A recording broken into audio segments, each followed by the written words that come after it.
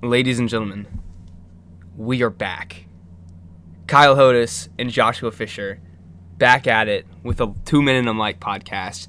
It has been 91 days since we last posted. 3 months. That was February 24th. February 24th, and that was our hot take episode. And here we are. It is currently May 26th. We have just finished the last day of classes of our high school career, which is crazy to think about. But man, it feels good to be back here, back recording. Computer's open, mic is running. It feels good. Here we are. Josh, how are we doing today? I'm doing great. You know, being the last day of classes, it's bittersweet. I've loved my time in high school, so I'm not as let's go, done with this place as some people are, but you know, it's good to finish up that chemistry exam and get back to hanging out with the boys. Yeah, it is. It's been quite some time. We'll fill you in with the past 91 days. We've been quite busy, which is why we haven't been uploading. We're also we're gonna go ahead and say that the first 3 episodes was season 1 of the 2 Minute Mic podcast, and here we are, season 2, bringing you all new content. But yeah, this episode we're gonna be covering a lot of the stuff that went on in the past 3 months, including the Italy trip, senior thesis, upcoming graduation, and all that stuff, and some other things. So So when we were thinking through topics, we kind of realized that we did so many interesting things in the last 91 days that we can just have conversations about it and tell stories, and it was actually super, super interesting. And so we hope you think it is too. yeah, so we'll start off senior thesis. For all of you guys that go to Veritas and are in and know about that project, it is the capstone project for your career at Veritas, whether you have been going there since kindergarten or you joined in 11th grade. So this project is a 20-page paper, a defense, a speech in front of the entire upper school, and a Q&A.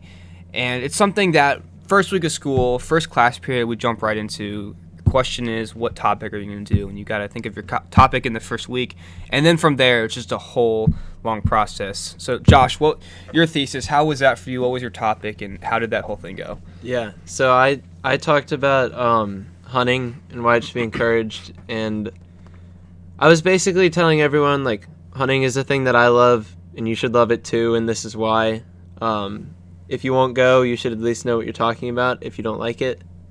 But the whole project, you spend a whole year on it, but it ends up, the end of it, the turning in the paper and, giving the speech, because you've spent so much time thinking about it and talking about it, it ends up being a lot easier than you thought it would be, which is actually a massive surprise to me. Yeah, I would say... You go. Yeah, I would say that a lot of, looking at that project through high school, especially as a sophomore and junior, and it gets closer and closer, you're like, oh, this is so daunting, it's such a big thing. And it is a big thing. But when you're done with it, you realize that, A, it's going to help you so much in college. It's going to prepare you so well. I've talked to a lot of alumni, and they've said that this senior thesis project has helped them with so many things through college. And then you look at the accomplishment, you're like, this is 9 months of work, hard work, and you feel excited, and you've accomplished something big. Yeah, so it's the feeling of relief, when you finish your speech saying thank you, and then you're done, and you're like, wow, I just put so much into this one paper, this one speech. Yeah, and I've really accomplished a lot by finishing it. And next day you're off to Italy. But the thesis itself, Yeah. I would say, one thing I would say, when you're going into that project, you got to pick something that you can think about for 9 months, and you will still enjoy. Pick something you're passionate about. Very passionate. Because if you pick something, let's say you like sports, you're not a huge sports person, but you like sports, you could talk about that for the whole project, and you will end up hating sports after. Oh, yeah. For me, our teachers asked us what our high of the project was, and for me it was that I actually ended up liking the topic more by the time I was done with it, which I think is very rare, and I feel super blessed that's how it was for me, and that it ended up. I mean, I didn't dislike the project at all. I actually think I learned a ton about it. I picked a topic that I would enjoy talking about even outside of a school assignment.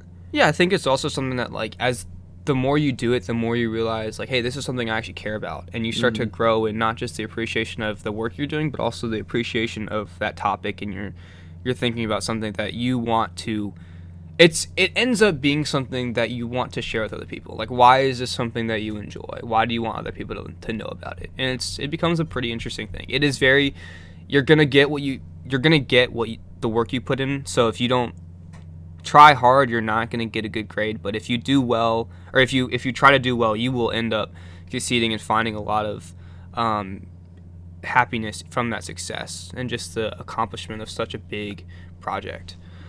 So being done with that is very relieving.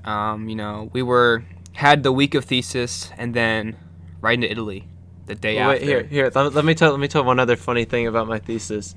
So after you give your speech, you get 20 minutes where anybody in the audience can ask you questions. And so, talking about thesis, I got asked a question. They wanted to know my opinion about technology being used in hunting, and they started it off, and he goes, "What's your opinion about using a bomb to blow up your prey in the woods?" Who asked that question? Christopher. Oh, right, of course. Makes sense. Yeah. Yeah, that's... Not... If you No. want your food, then Yeah. I don't think that that's the smartest route to take.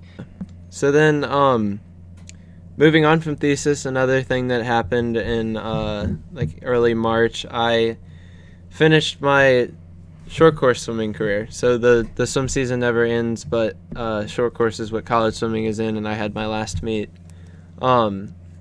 It's definitely bittersweet. It's something I've dumped so much into to then have the last one. As a senior, you have so many lasts that when you have, there's so many that you have to, like, some of them affect you differently than others. Yeah. Like, there are some things like, oh, you'll have your last, I don't know, class that you don't even like. Like, it's still your last one, so you're still like, oh, wow. Like, that really, like, I've done that thing 1,000 times, and that was the last time I'll ever do it.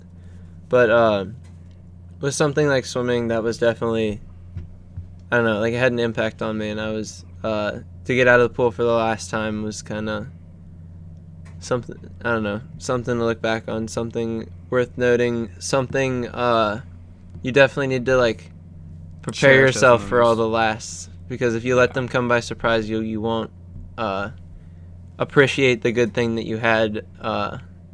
One thing that my mom always says is that you need to, like, when you finish something that you loved, you look back on it, don't cry that it's over, but smile that it happened. Yeah, you want to cherish those moments, even the ones that you don't enjoy so much as maybe math or a language subject that you don't like. You want to enjoy those moments because it does come to an end, and you will look back and you might be like, oh, I don't like that class, but you might have become a better person because of it. Yeah. Also, like, some of the things you don't like, if you look, like, it's frustrating to hear this from adults because it doesn't seem right in the moment, but things that you don't like, you could look back on them later and be like, wow, I may have not liked that in the moment, but that made me a better person. Yeah, I mean, even today, before recording this, we just spent 3 hours washing windows and moving a bunch of mulch and stuff. And that by itself, the work might not be enjoyable, but doing it with a friend it's so beneficial to be able to do good work, but also the conversation you have from that. And I mean, I could move mulch all day if I had the right friends with me. Like, Yeah. it's something that, these moments are fleeting, and it hasn't really set in completely that we're done with school, but soon, I have limited time with some of these people, so you just want to make sure that you're soaking in all of it and not letting any moment pass you by, because you never know when the last time you hang out with your close friends is going to be. That's sad to think about. Sad to... But they're memories, like the memories you look back on and you can enjoy, and I know for us, some of those memories are going to come from Italy. Yeah. So So then, end of April, at our school, we get to go on a 10-day trip to Italy, which that is just so special and so cool that our school does that for us. So we thought we had an incredible time there. Unbelievable. Like, saw some of the most beautiful things in the world. ate some amazing food. Yeah, we got to go to St. Peter's Basilica in the Vatican. That building is absolutely Unbelievable. magnificent. We went to what's it called, Sistine Chapel. Mm-hmm. Saw the Pictures don't do any justice. to Statue those of David. things. That's something I want to talk about. Yeah. we had a bunch of meetings before this trip where they would like show us pictures and tell us about the different sites we were gonna see. The pictures don't even show you a tenth of the beauty of a thing. Like it you have to can't see do it. it.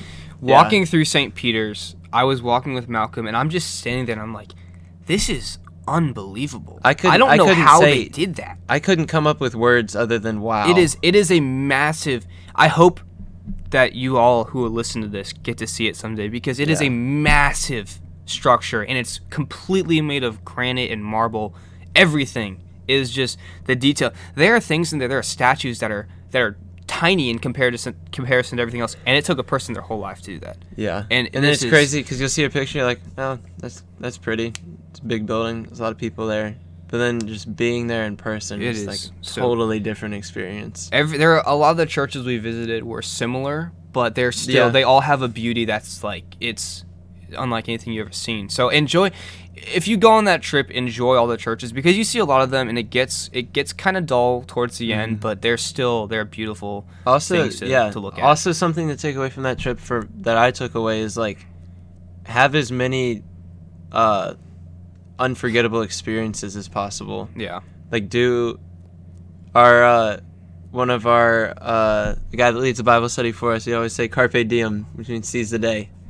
Like do things that you'll remember. Like when you're older, you won't look back and be like, wow, that day I played video games, that was really fun. Yeah. You'll go back and be like, wow, that trip to Italy with all my best friends was amazing. Or wow, I don't know, those friends. Yeah, it really is. At the end, you're gonna look back on the memories that mean something to you, and you want to be able to make as many of those memories as you can. So if you have the opportunity to do something, why wouldn't you do it? If you're going to be in Italy, you're going to see all these amazing things. Take part in that. Don't be on your phone the whole time. It's okay to take pictures, but enjoy every moment of it, because for some people, it's a once-in-a-lifetime chance, and it is truly beautiful to see. Yeah, but you also have to be proactive, because you'll get out of a trip like that what you put into it. Yeah.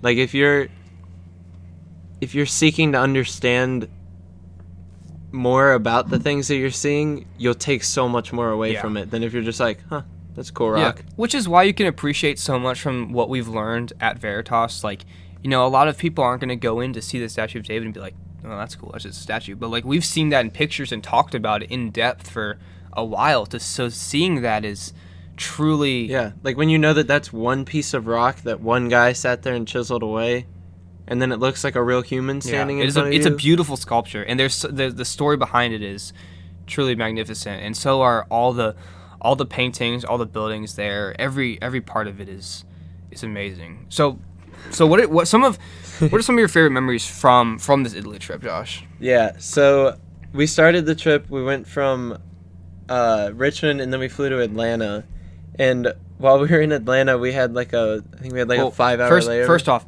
we woke up and flew out of Richmond at about 10:30 in the morning. So we get to Atlanta around 1. We were there at 1, and our flight took off at like 6. Yeah, so we're there 5-hour layover. Let me tell it. I'm just saying it's a long flight. Yeah. And so, okay, I get what you're saying. Yeah, so there's a long flight, so we're trying to tire ourselves out so we can sleep on the flight. And our leaders were like, all right, y'all got, just be here at the gate. You can go do whatever you want.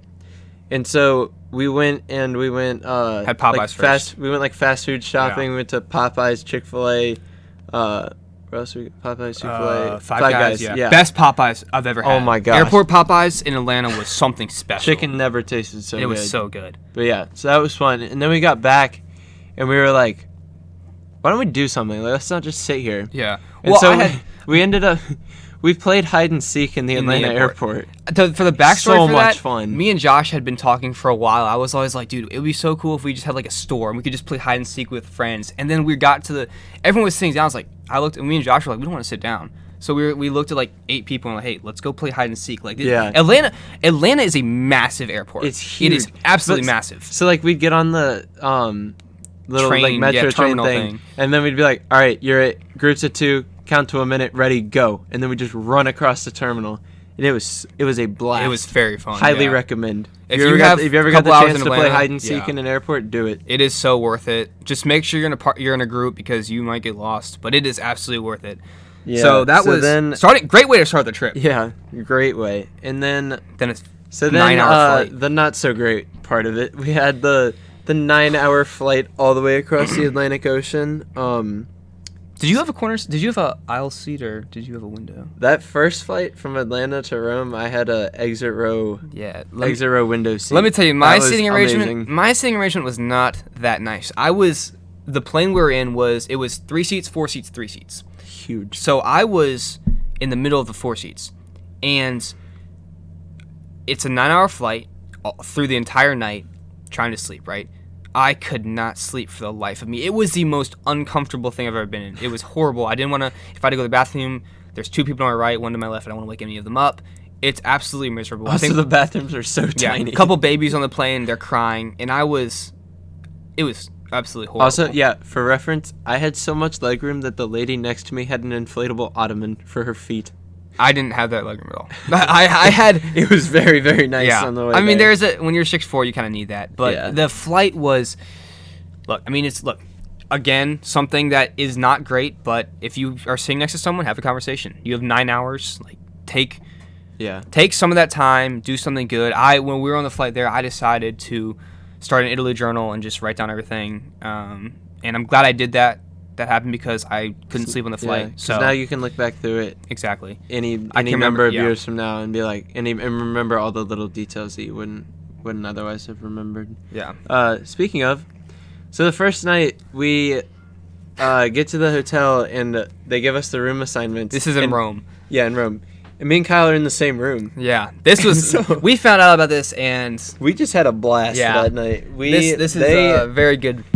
So we had the 6-hour time difference, and then they'll wear you out during the day. Did we go 28 hours without sleeping? 36 or something like that. If you didn't sleep on the plane, it was long. Which is me. And so the second day in Rome, I walked 14 miles, 31,000 steps. Step count was crazy. We were wiped. But then we get back to the room, and the 2 of us, we just give each other energy. Yeah. And so our little room, we had 2 twin beds that were about 6 inches apart. Not even it was if I rolled over on my bed, I was basically on Kyle's bed. And so at one point I think you were sitting up in your bed and I turned onto your side and then you grabbed the pillow and you smack me with it. I was going to hit him with a pillow. But he turned his head, so I sat up in the middle. And of it. I ended up punching him in the face, just rocked full me. on, right to the temple. To the temple, and knocked me over. I was like, oh no, and I just heard laughing. I'm like, all right, we're good. I could not stop laughing. I was freaked out, but that's how close the beds were. I was you move a tiny bit and you're getting full on socked. But it was good night. Those nights were funny. And then at about, I think it was 1:30 in the morning, we found out that 2 of our friends were in the room right behind us because we knocked on the wall and they knocked back. So then we grabbed the loud, obnoxious Indian music on Spotify, turned on my speaker, and just blared the music. And I know for a fact they weren't the only ones who heard it. We could not stop laughing. It was, and we'd get back to the hotel, be wiped, and then we would just be up 4 more hours laughing. That next morning at the first breakfast we had, we walked downstairs and people stopped and just looked at us. And I'm like, they heard us. They definitely heard us. And it was just yo, what were y'all doing? Oh, man. So then the other part where we just had a blast. Some of the hardest I've ever laughed. The first night we go to dinner. It was called Piazza Nirvana. It was this. Is this big square? It was kind of like a market, but for restaurants. They have fountains in the middle, and then there's sit down restaurants all on very the side. very touristy place. There were tons of people. Yeah. So the chaperones were here's $20.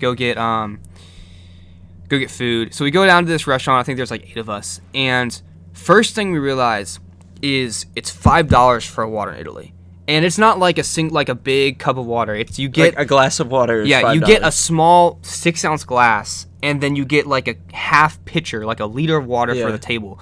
We ended up spending $45 on water that night, and none of us got nearly enough water. I'm still thirsty. Yeah, you spend a lot of money on water. Yeah, you take for granted your water. Yeah, you need to don't take. Yeah, so we're eating, right? And while we're eating, we see these guys come up, and I think they're Pakistani or something like that. We don't know. Yeah, we don't know.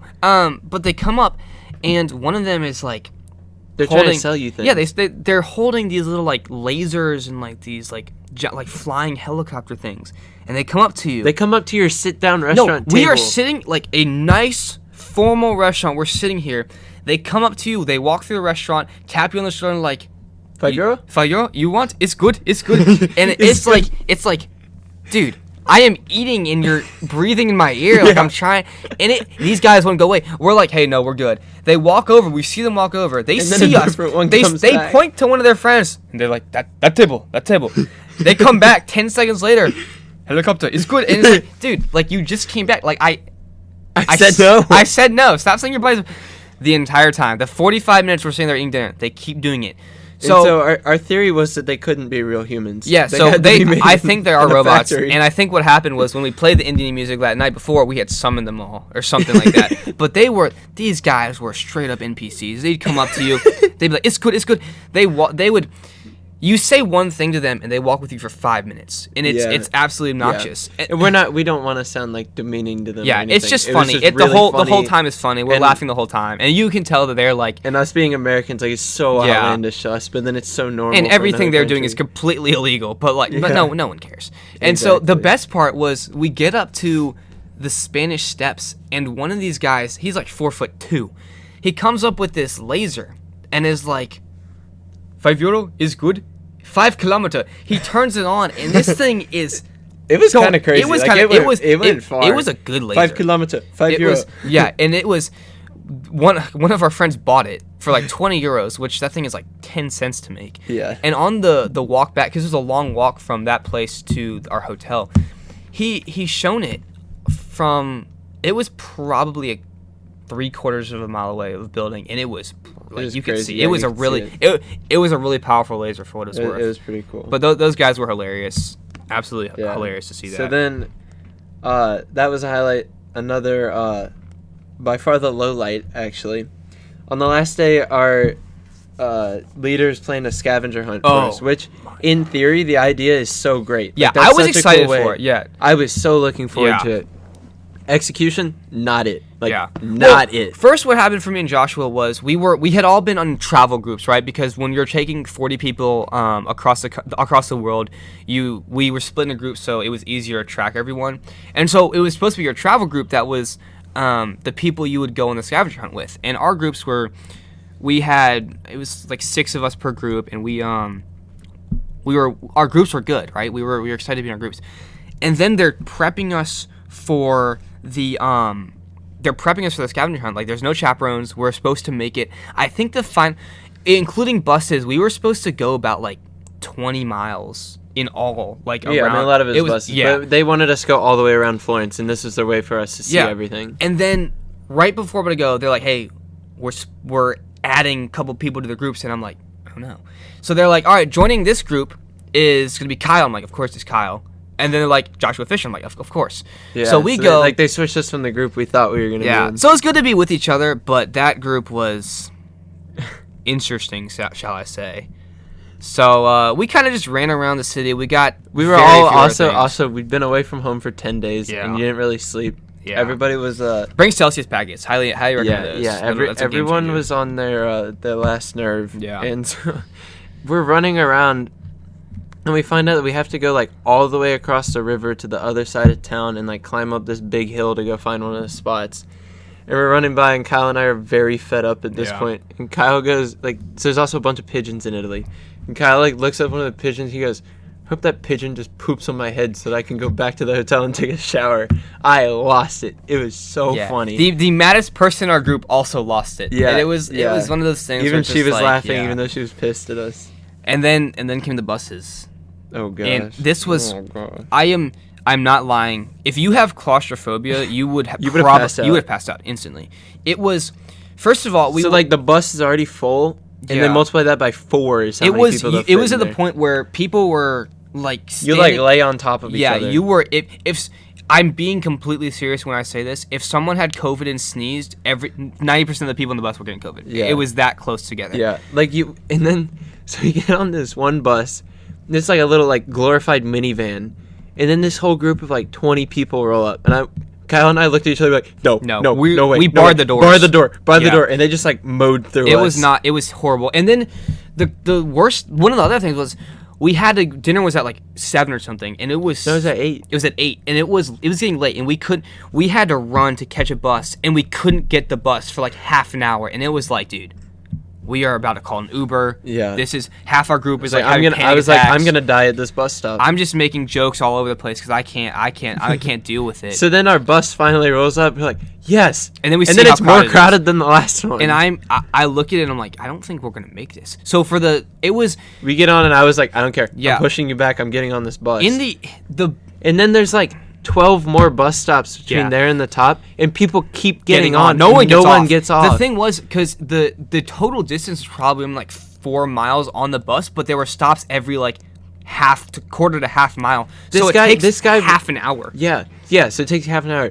This guy walks up holding a guitar. I was like, Whole case. Yeah. No. And sure enough, the guy's guitar case squeezes was bigger on. than he was, and it was I'm surprised the bus didn't break down because of the weight. Yeah, it was like it was insane. it was sweaty, it was stuffy, like it was absolutely miserable. And this is one of the things on the trip that you can't take anything good away from. Like there's nothing you gain from that this. part. We learned how to use a bus system, but Yeah. I'm never using a bus system ever again. Dinner was worth it though. Yeah, and so the reason we had to take the bus is because we were going all the way up to the top of the mountain, and at the top of the mountain we had like a very nice dinner reserved. Yeah. And they did assigned seating that night. I don't even remember how they did it. Somehow me and Joshua got next to each other. Yeah, again. we did actually get next to each other. It was just super nice. And then we found out that there was a rooftop, and so Yeah. just Kyle and I walked up there, and we got to look out at night over the entire city of Florence. It was just the two of beautiful. us, like perfectly quiet at the top of this mountain, all the lights of the city, and it was just gorgeous. That view was unbelievable, and we- we spent that time. We were reflecting on the past 5 years and just the memories. Because me and Josh it started out we didn't really know each other, and then our brothers played on the same basketball team when we were in 8th grade, and they were coached by Joshua's dad. So we kind of connected over that, and from there, friendship just grew, and we've become best friends. And so just being up there and being able to share those memories together was we got to look back on like all the sleepovers Yeah. we had, like so amazing. It was emotional, but it was that amazing. led up to even like us just making this podcast because we enjoyed talking to each other Yeah. so much. It was really one of those. That was one of my highlights of the trip. Just being able to reflect Yeah. and be up there with you was amazing. That was And really the special. view was so amazing. And to just look back on like how many things that we have that are worth being grateful of. Yeah, and it's one of those just like those moments that you have. They're quick, and if you don't take advantage of them, then you will miss out on big opportunities. So you want to take advantage of those. And that dinner and that time really was a nice summary of everything that happened. And I wish we could go back yeah. to that. Well, and then we It's had really the flight special. back, so that was Yeah, but I don't even want to go into that. It was miserable. yeah, we won't even tell that story. But that last night was really, really special. Yeah, And the whole trip was just find friends that you can have conversations like that and just Yeah. enjoy moments like that together. yeah. And then like just building off of that and kind of returning to something we talked about earlier. We graduate high school in a week. Yeah. And Like a week from now, we'll be graduated. yeah. And we had our last class today.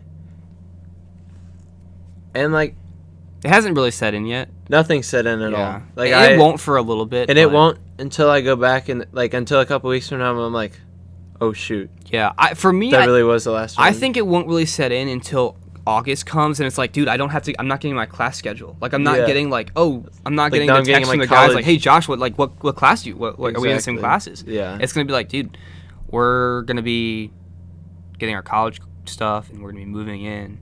Yeah. And, there's a lot of things that are, that's when the emotions will I think fully peak for me, is the transition part.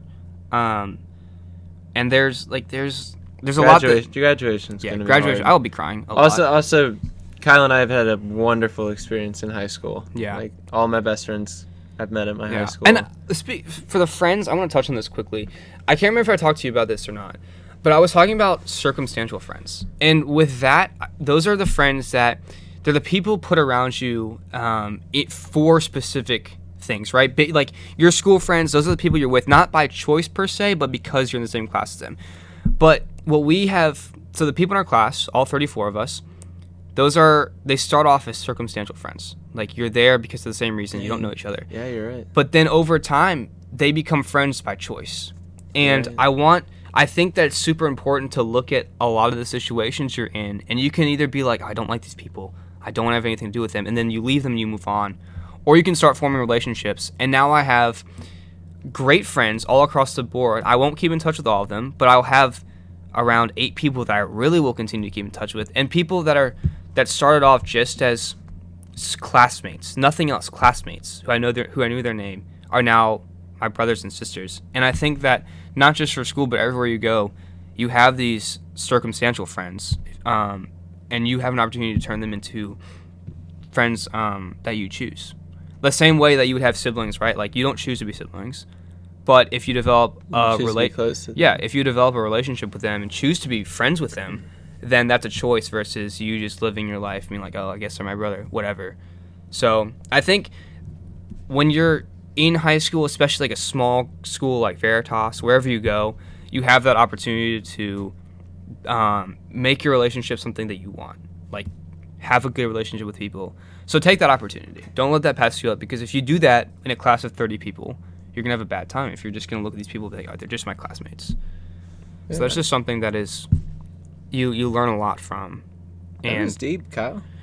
Yeah, it's just something to think about, because when we're here at the end of our high school career, and I mean you've been going to school with these people, some of them for 13 years. 13 years. That is a long time to be with people. I've only came to Veritas at 8th grade, only been here 4 years though, and I mean you guys are my closest friends, but that's a choice. Like at the end of the day, I look at you guys like you're not a class of 200 people in some college thing. You're like, you guys are the people I wake up and I'm excited to see every day. And we talked about this. We at one lunch we were on a walk and we talked about like how people wake up and like, I gotta go to school. Like, dang. But we're like, if you have a mindset like, oh, I get to go to school, I get to see these people, or I'm excited for this one thing, like then it changes your entire perspective. Yeah. And I think that's really important. Glass half full or glass half empty is absolutely a choice. I mean, I'm sure I haven't dealt with mental health stuff, so I can't speak to that. But I know for myself, when I'm in a bad mood, that's because I'm choosing to be in a bad mood, and I'm not choosing to look at the potentially positive part of something. Exactly. So being able to just see what you're given and make the most of that, and choose to be not only okay with what you have, but be happy and be grateful for what you have, it'll change how you look at life in everything, your job, your family, everything you do. That'll change how you look at things if you choose to have a good attitude. Yeah. So Kyle, I'm sure you get this question a lot, because I know I do, and sometimes I don't know how to answer it. What do you say when your friend's parents or whoever asks you, are you looking forward to it, or are you ready for college? How do you respond?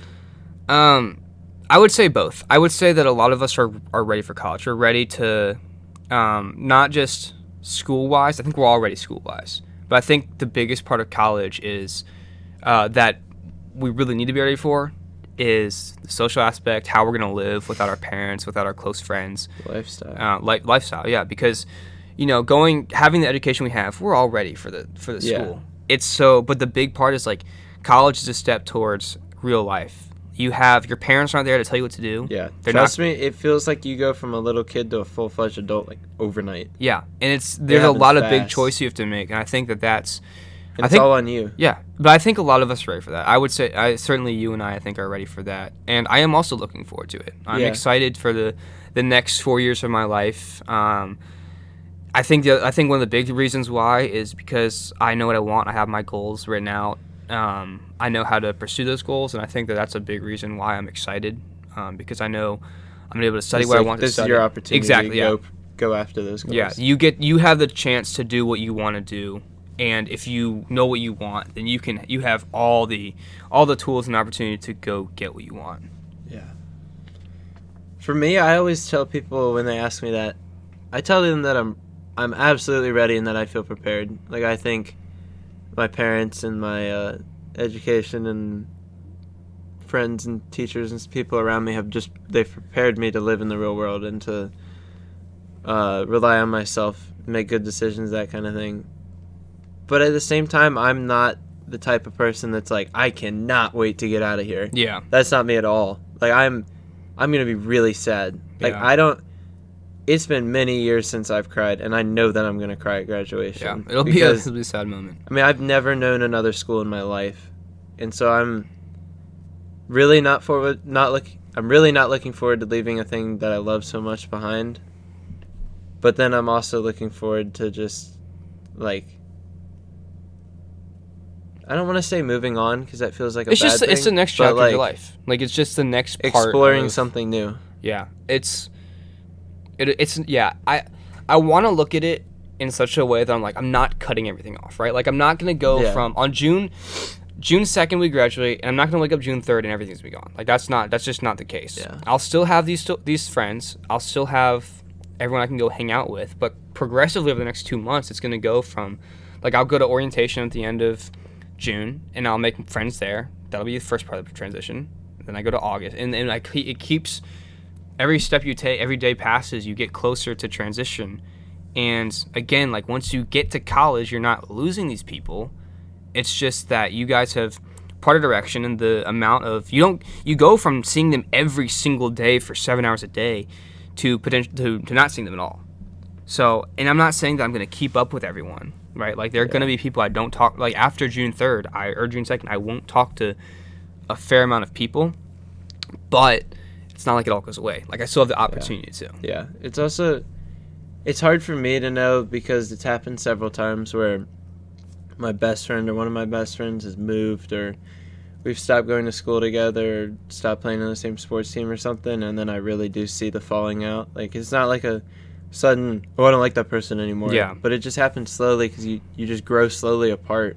Yeah. And I know that that's going to be hard, but I know that these friends are special to me in a different way, and so I'm going to do what I can to not let that happen. Yeah. It's just, you want to be in a position where you're not losing, like, you're not forgetting everything, but you're not having the past hold you back from what you will discover. Yeah. Like, you don't want to be kind of wallowing in sadness because you lose all your friends from high school. That's going to make you, and doing that's not going to allow you to make friends in college. Yeah. Because you are spending the next 4 years of your life with these people. So, like, they're going to be, like, when you go to weddings, a lot of times it's just their entire, like, college yeah, exactly, friend group.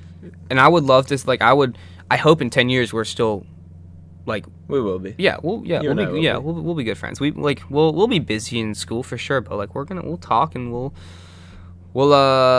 hang out on breaks. Maybe next summer we'll pump out season 3 of the podcast. Yes, sir.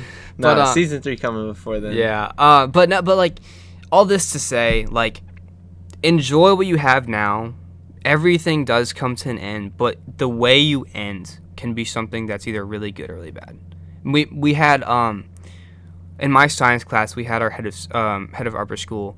She's been teaching the last 2 semesters because our teacher had some back issues. But one of the things she said recently was, like, when she had her, like, 20th high school reunion, she was saying that she left everyone with no bridges burned. Like, she left everyone, there was nothing like, oh, this person I don't like because of this reason. Like, she came back, and sure, she hadn't talked to a lot of people in a long time, but it was like you could go up to them and be like, hey, how are you doing? Like, how you've been? And I would say for the people I don't keep in touch with, like, I want to make sure that, like, there are no bridges burned. I'm not. She was saying, like, get your apologies out. Like, if there's something between you and someone else, get your apologies out. It's not saying you have to be friends with them, but just leave in a place where you're not gonna have regrets. Yeah. Like, it's how you choose to end is just such a big factor on how you move on, because you want to be able to move on excited, but also with some. You want to be. What's the word? Like, you want to miss what you had. Yeah. So you wanna have looked back on that and had a good experience. Yeah. And if you leave having burned bridges with everyone, then it's gonna be miserable for you, and you're not gonna you're gonna have those regrets. So how you end is a big factor into everything that comes to a close. And then also, I'm sure going into our answers to these questions, Kyle and I are in a bit of a opposite situation here. Yeah. I'm about to go into a long distance relationship. He's in one now and about to go to the same college, and so that is a totally different topic. And that's a different episode. That is next episode. Next episode, coming soon. 10 minutes. Listen up to that. Yeah. Yeah, but I'm sure that definitely influences my decision. Yeah. But yeah. It's one of those things, right? Like, I think those are hard parts, right? But I think that from those hard things, you can get something great. Like, there's, they say that, like, good things come to those who wait, and the hardest part is waiting, right? Like, absolutely. If it's your birthday in a week, like, it's so hard to wait to that moment. But once you get there, you're, like, everything is great. So I think that, right, like, just take away, like, seize the day, carpe diem, seize the day, make the most memories you can, leave well, finish the chapter of your story. I thought that was a really interesting speech. I had never. She brought up a lot of good points about how it's just not the human tendency to end things well. Yeah, a lot. She brought up, like, when people leave a job, like, they might try to, like, they get escorted out. Yeah, because they might try to, like, sabotage or do whatever they can. I thought it was interesting to think about why that is. Yeah. Like, why? Because I think what it is when you're leaving, you don't have a reason to conduct yourself well other than the type of person you are. Yeah. So you'd have to choose the person you're going to be. And the other thing is, when we're in a situation, like, when you grow comfortable over the course of years with every day with the same people, like, there's a comfort that comes with that versus, like, meeting new people. Mm-hmm. So if you, like, you need to, like, really, you need to end well. Yeah. You need to make sure that you're leaving the way you want to be seen. And because you'll often be remembered by how you acted towards the end of the thing. Yeah, it's not like you don't want to paint the picture of, like, oh, this person was such a studious, like, they were the best student, blah blah, like, they were the best at everything. No, you want to be remembered as, oh, they were a kind, caring person. Like, they truly cared about the people they were with and how they lived their life. Also, another thing going along with the ending well, at least how it's been from my high school experience, it doesn't feel like it all comes at one thing. Like, you'll have the last, like, senior night for this, then senior night for that, and then a prayer night for this, and then there are a lot of lasts. It comes in pieces. Yeah. But then for us to finally be hitting, like, the last of the last next week, it's a lot, and I wanted to just weigh in on that. Yeah. Yeah. It's a lot. Like, I remember certain parts of 8th grade like it was yesterday, and then here we are. Oh, it flies. It flies by. It really does. Like, it is. I remember. I can vividly remember things from. Yeah, like, I remember sitting in the corner behind us, like, playing on an iPad, playing Fortnite in 2018.